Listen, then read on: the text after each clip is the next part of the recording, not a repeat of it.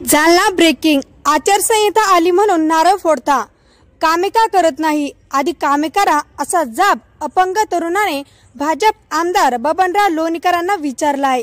जालन्यातील शंभू सावरगाव येथील कार्यक्रमातील घटना। शंभू सावरगावातील सभा मंडपाच्या कामावरून विचारला जाब। दरम्यान लोणीकर यांनी तरुणाला सुनावले, तुझी अपंगाची पगार सुरू नाही, तुझी अपंगाची पगार सुरू करून देतो, पगारापुरते बोल असे म्हणत तरुणाला लोणीकरने सुनावले।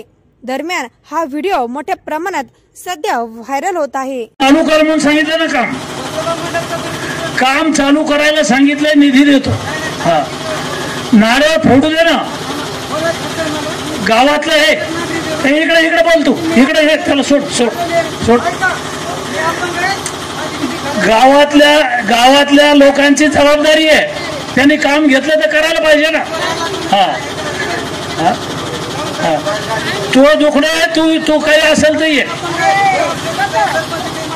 तुझं काही असेल तर ग्रामपंचायतकडून झालं नाही तर मला सांग।